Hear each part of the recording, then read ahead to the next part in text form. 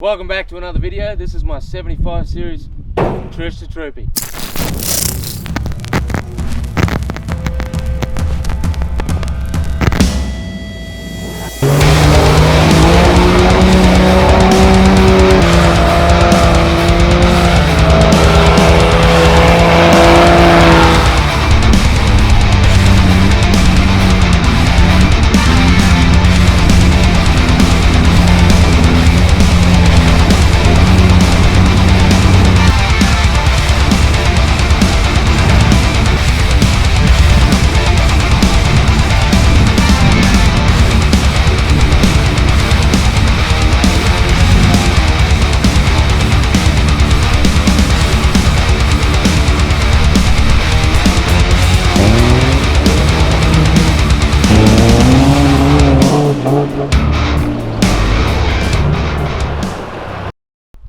Alright, so starting off at the front here, we got the X-Rock bull bar, which I absolutely swear by, only because I had an ARB bar originally, and when I did the body lift it didn't line up, and I didn't want to do all the work to get it to line up, so I just bought an X-Rock bar with the 2-inch lift mounts, 2-inch body lift mounts.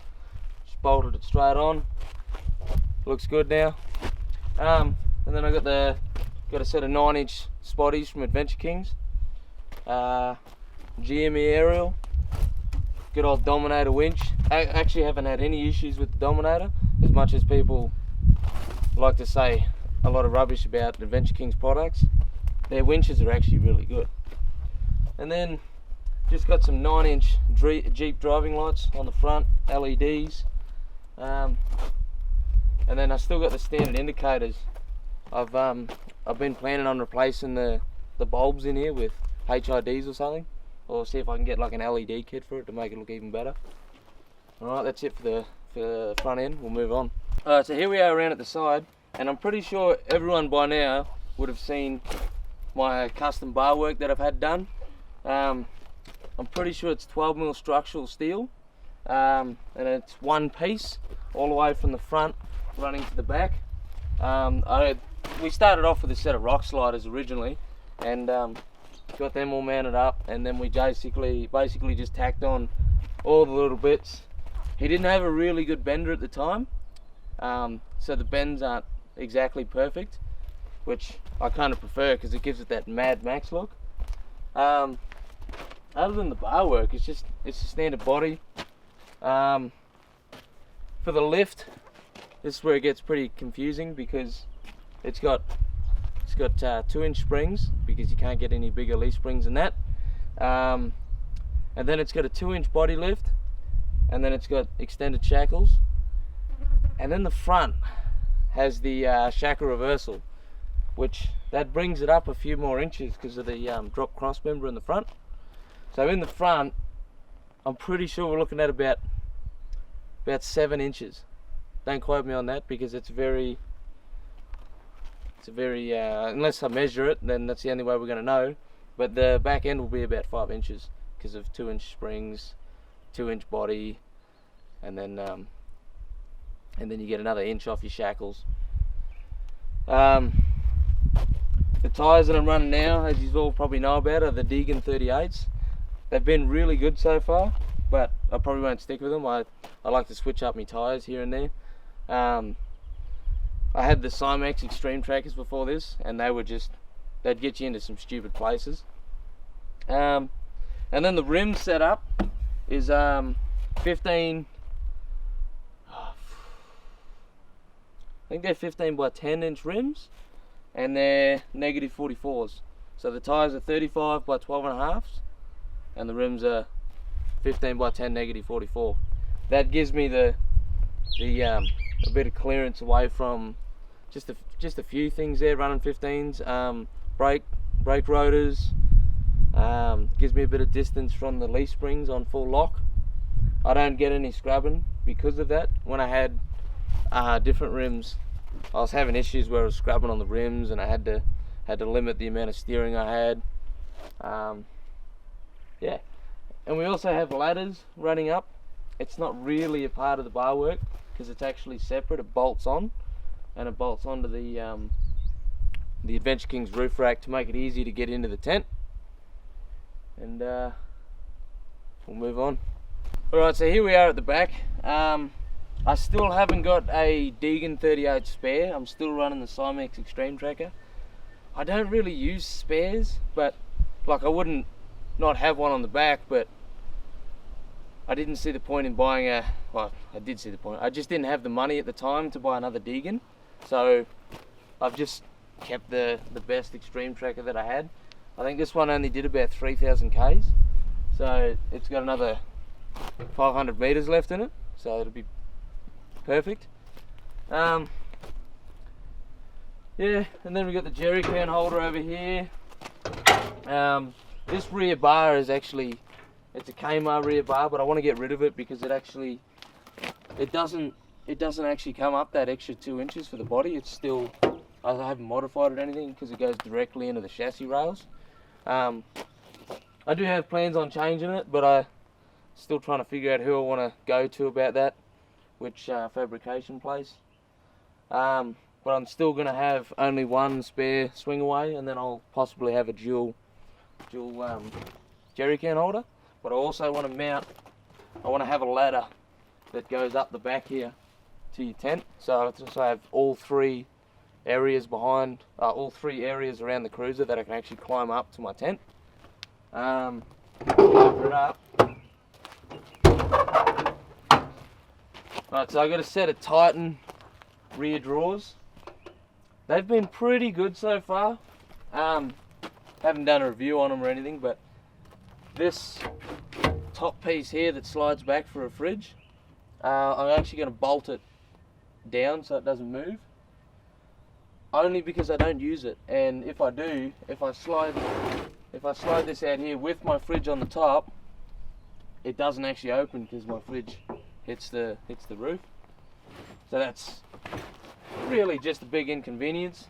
On this side is my air compressor, which you've all probably already seen.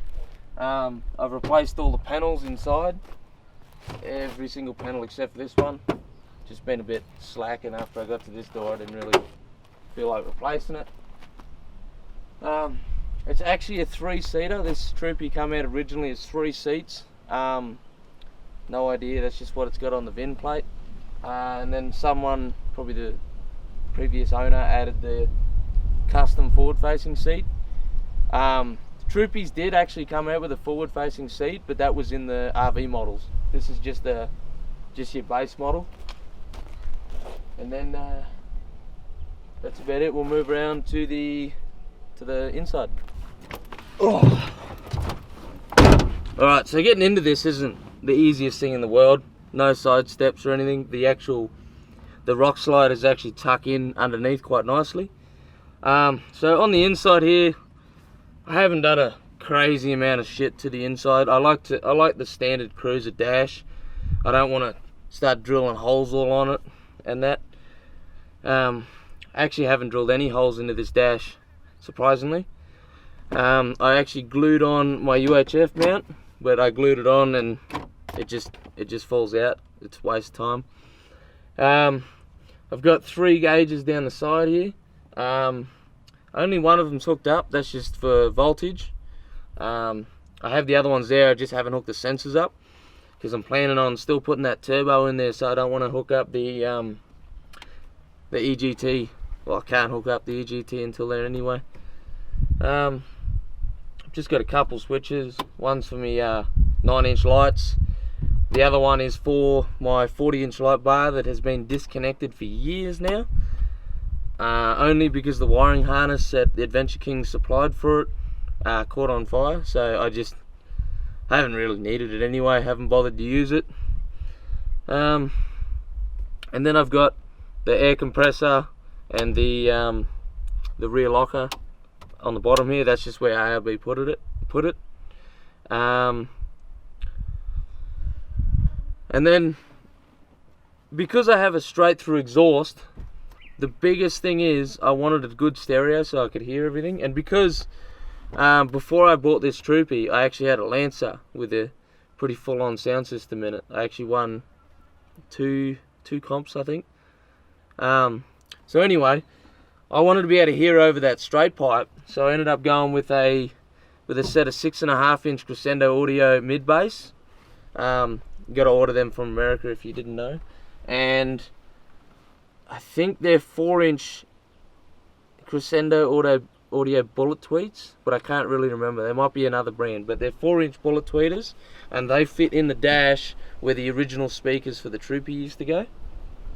And then in the back, right up against the wall, I have the 4-channel amp, Sundown Audio. I can't remember exactly. I think it's the 150D.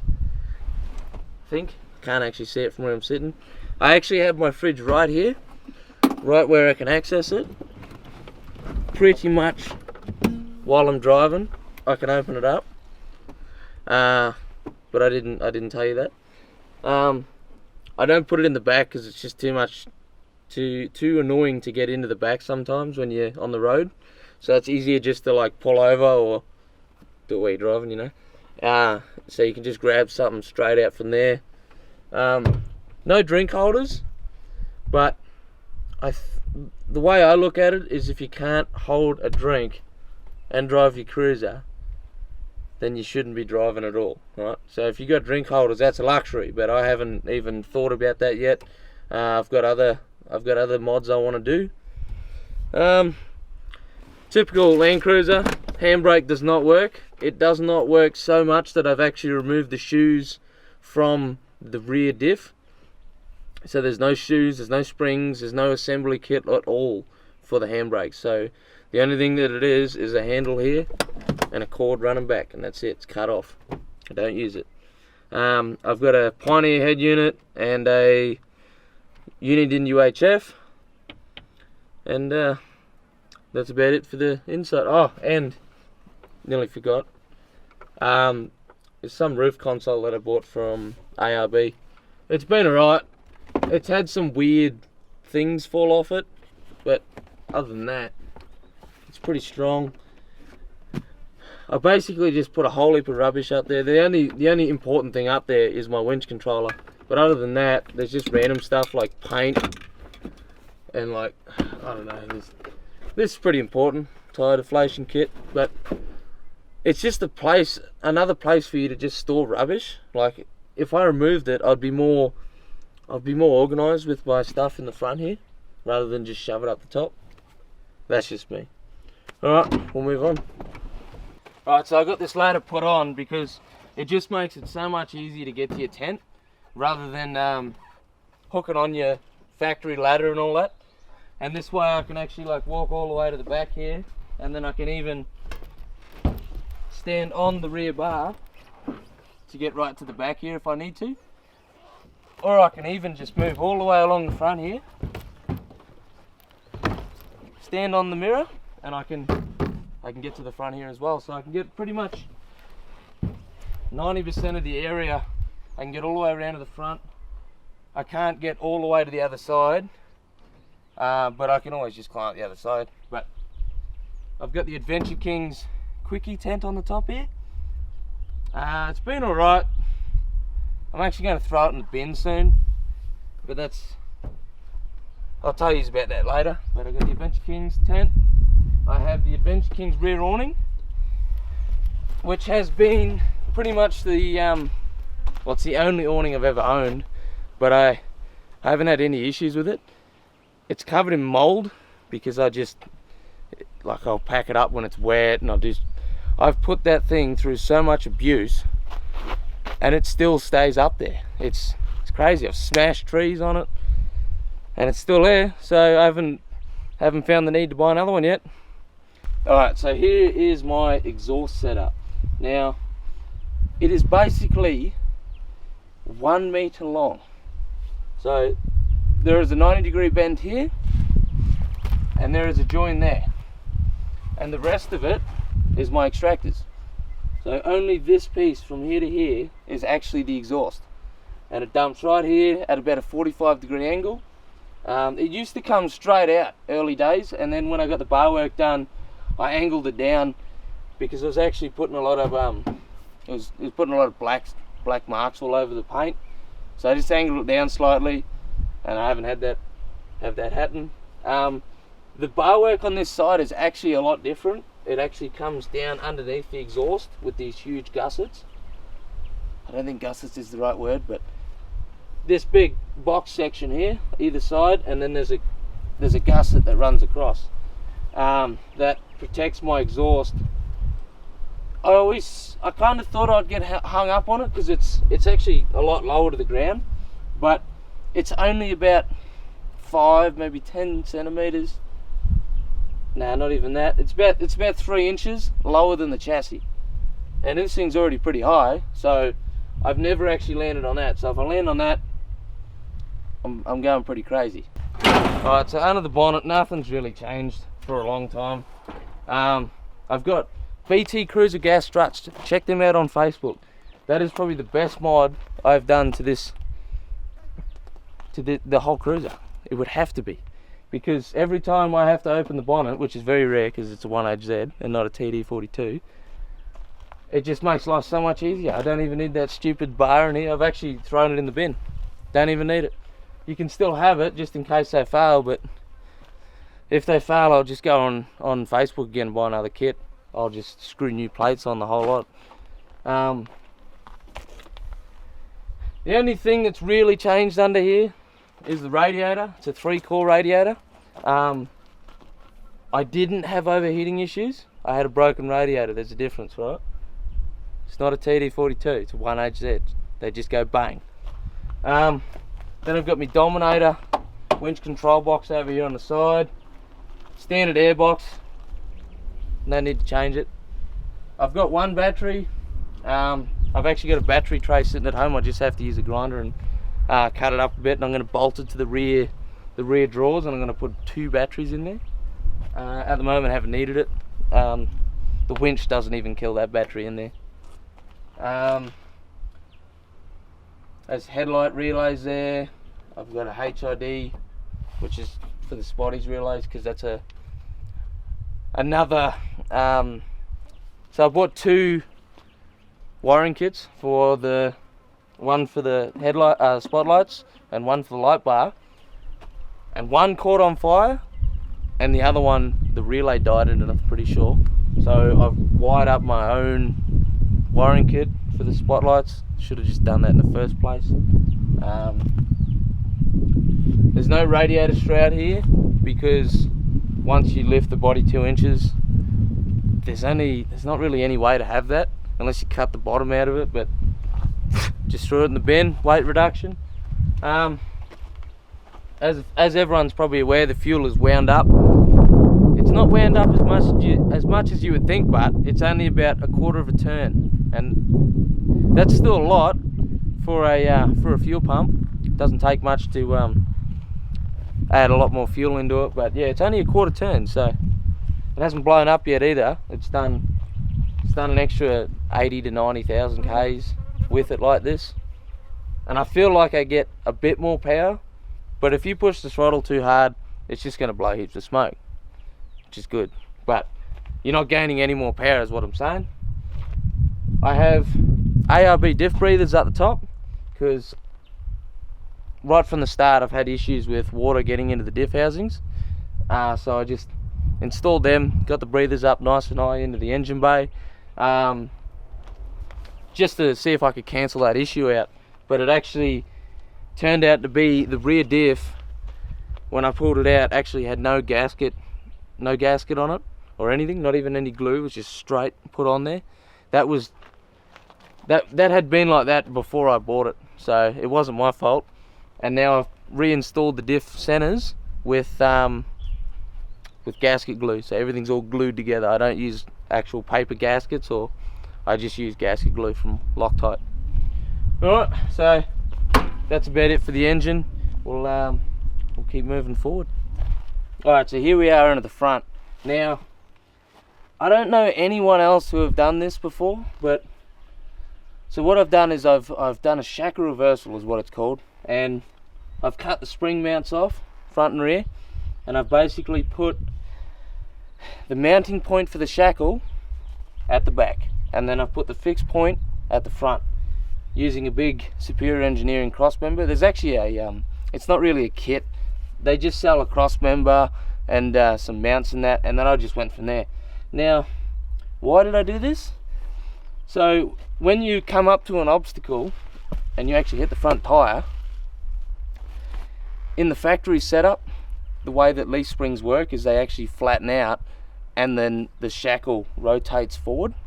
So the actual diff housing will actually walk forward as it articulates. So this wheel would actually try and push into the obstacle before it goes up and on top. So now it actually sort of comes back towards the car, so it all comes back like this. It's probably, I don't know if it's the best setup. Hiluxes, I've had them for years. I don't really know any other examples, but like it's been good for me. It's just been a pain in the ass to get it to where it is now. The front springs are 250 kilo constant load. Still standard steering arms. The diff center is actually a bit of a mystery because it come out of a different cruiser. When I first got it, we swapped it out straight away because this one actually had a auto locker in it, the Detroit, and it's actually a high pinion as well. I don't know if that's normal because my original one wasn't a high pinion. But as much as people would like to say that Land Cruiser diffs are weak, the front is actually stronger than the back, even though the front is smaller. Everything else is pretty much standard under here, standard swivel hubs, the whole lot. The only other thing is the front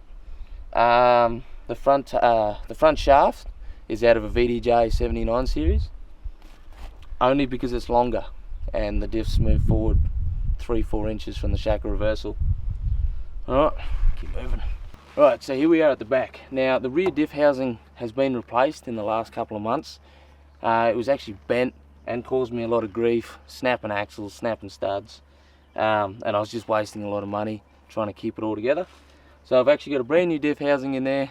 The center had to be replaced again. So the last time it got rebuilt with 488 ratios. The factory is 411. It got rebuilt with 488s and a rear ARB air locker. And I didn't even get to turn the air locker on because the axle snapped and just chewed it all apart. So it's all pretty much brand new now.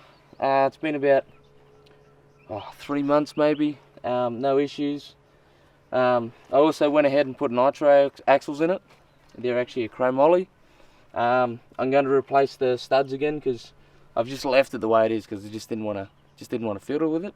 It's working so far, but now it's getting to the point where I'm going to change those out again, because I actually run Allen key bolts. I run them in the front and I've never had them break so far. So I'm going to put them back in the back and then it should be all good. And then the shocks I'm running are Roncho RS9000s. They're 12-stage adjustable, but I don't adjust them. They're just set on one setting and it just works. Alright, that's it for this one. Thanks for watching. See you next time. Enjoy.